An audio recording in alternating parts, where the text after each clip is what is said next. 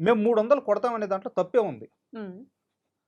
అది ఆట తీరబ్బా! ఒక్కొక్క టీమ్‌కి ఒక్కొక్క అప్రోచ్ ఉంటది. ఒకప్పుడు ఉంటది. మనం సౌత్ ఆఫ్రికా టీమ్‌ని తీసుకుంటే, హ్మ్. సౌత్ ఆఫ్రికా టీము బ్యాటింగ్‌లో వాళ్ళకంత అగ్రెసివ్‌నెస్ ఉండేది గాదు. హ్మ్. ఏది గ్యారీ క్రిస్టను, గిబ్స్ యెస్. ఇలాంటి వోళ్ళు యాడ్ అవ్వకముందు అగ్రెసివ్ బ్యాటింగ్ ఉండేది గాదు. అవును. బట్ వాళ్ళ ఫీల్డింగు ఓకే. డే 1 నుంచి గూడా వెరీ స్ట్రాంగ్‌గా ఉండేది. హ్మ్. హ్మ్. అది సౌత్ ఆఫ్రికా గేమ్ ప్లాన్.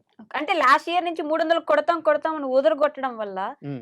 ఆ స్కోరు బ్రేక్ చేయలేకపోయారు. హ్మ్. దిష్టి కూడా కొంచెం ఎక్కువ తగిలినట్టు కనిపిస్తుంది ఎస్ఆర్‌హెచ్ కానీ వాళ్ళకి. మీరు గమనించండి. ఆ! ఎప్పుడైతే ఆ స్టేట్‌మెంట్ వచ్చిందో అప్పటి నుంచే గదా! కసి పెరిగింది. ఎస్ఆర్‌హెచ్ ఆట తీరు మారింది. యెస్. ఎస్ఆర్‌హెచ్ ఫ్యాన్ బేస్ మారింది. మారింది. ఎస్ఆర్‌హెచ్ మ్యాచ్‌లు చూడడానికి జనాలు టీవీ‌లకి అతుక్కోబోతుంది. కరెక్ట్. సో, అది ఇక్కడ డిస్కషను. అది ఇక్కడ మెయిన్ పాయింట్. హ్మ్. చాలా మంది సారీ టు సే ఈ హ్మ్. వర్డ్ నేను వాడకూడదు. హ్మ్.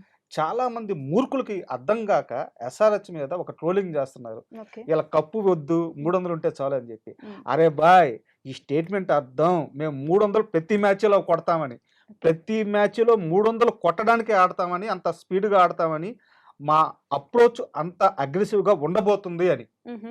ఆ 300 హ్మ్. 320 అవ్వచ్చు, 280 అవ్వచ్చు, ఓకే. 250 అవ్వచ్చు, హ్మ్. 350 గూడా అవ్వచ్చు. ఆ రేంజు, ఆ టాలెంటు అలాంటి ప్లేయర్స్ ఎస్ఆర్‌హెచ్‌కి ఉన్నారు.